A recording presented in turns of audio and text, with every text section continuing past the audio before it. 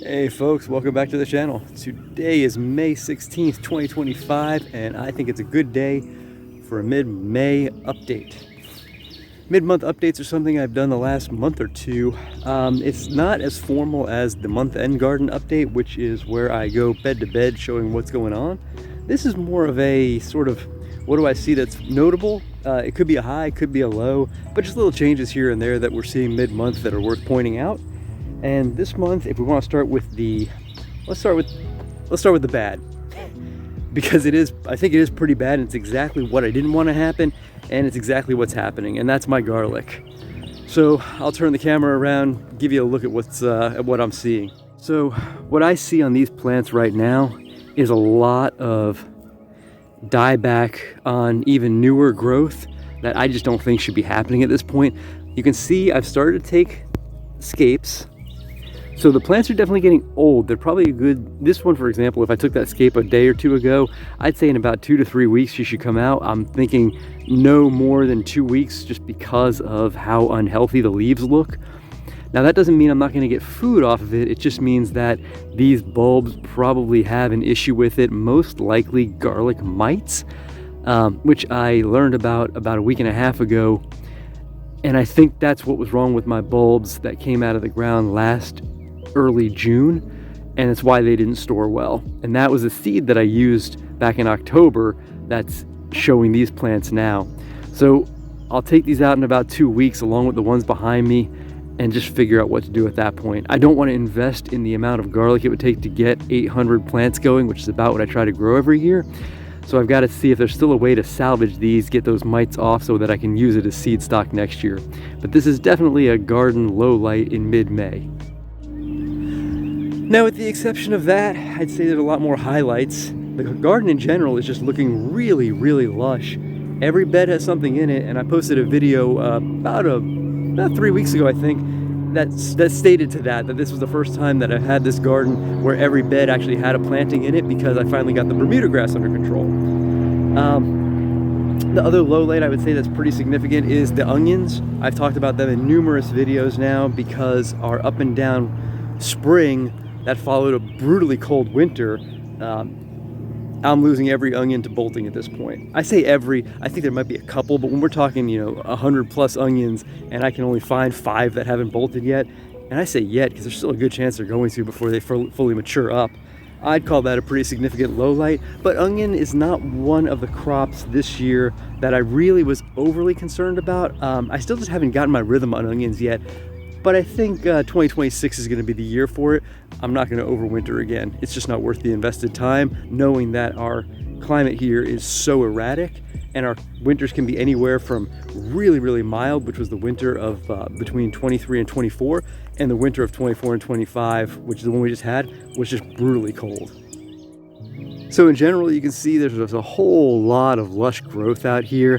We've had a lot of bolting brassicas. I mentioned them before, but really to me, I'm not that concerned because my favorite brassica, red Russian kale, still hasn't got attacked by the cabbage looper moth yet, and it is lush as can be, and it does not bolt in the heat. It gets killed by the caterpillars before it actually bolts. So that's I still have plenty of that in the garden, even though I'm losing all my mustard at this point.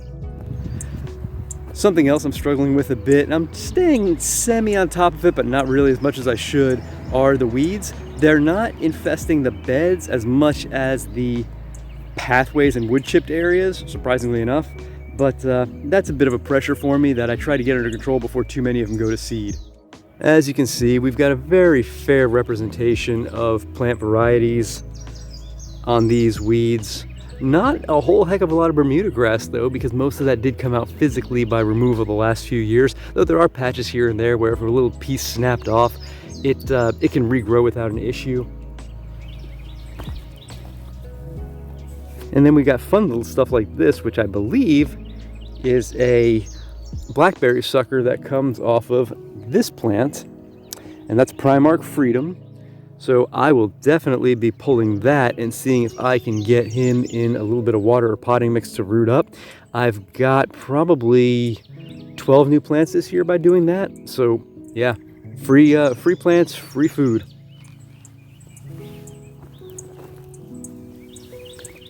Speaking of the Primark Freedom, you can see just how loaded down we are with berries at this point, and how we're just probably a week, maybe 2 weeks away from starting to bring in some of these guys.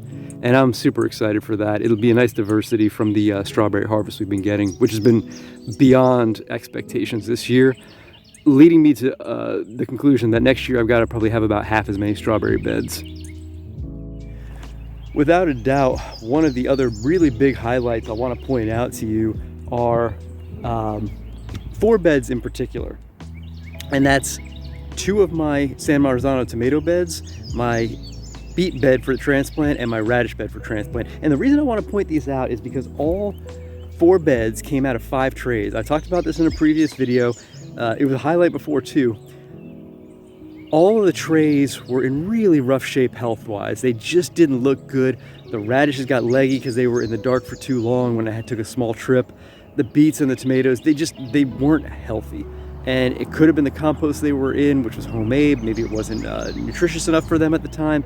Maybe it was temperatures, maybe it was light, whatever it was, they weren't looking good.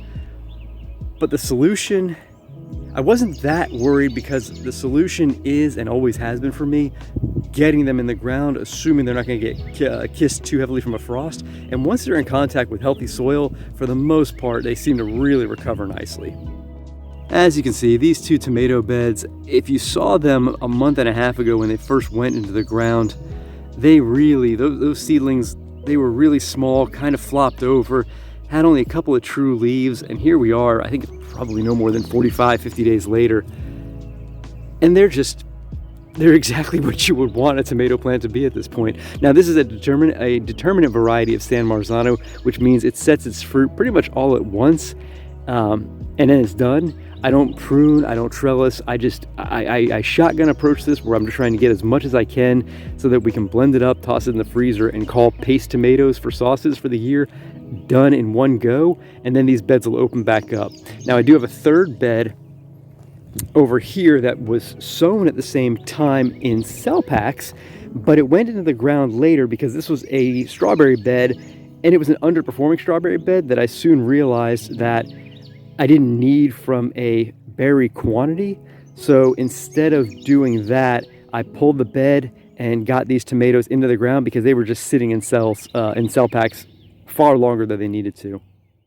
And here's the beet bed I was talking about. Again, these were just little sad little plants, and now, I mean, we've got legitimate beets here. I can start harvesting singles of these at any time. I even use this as my cut and come again dark leafy green through the summer. It held all last summer into the winter. I just kept harvesting off and over, and next thing you know, by the end of the season, I had 2-pound beets coming out that were just as tender, albeit a little misshapen as these smaller ones. And that was an incredible harvest for me. So it taught me how important the beet is for my garden.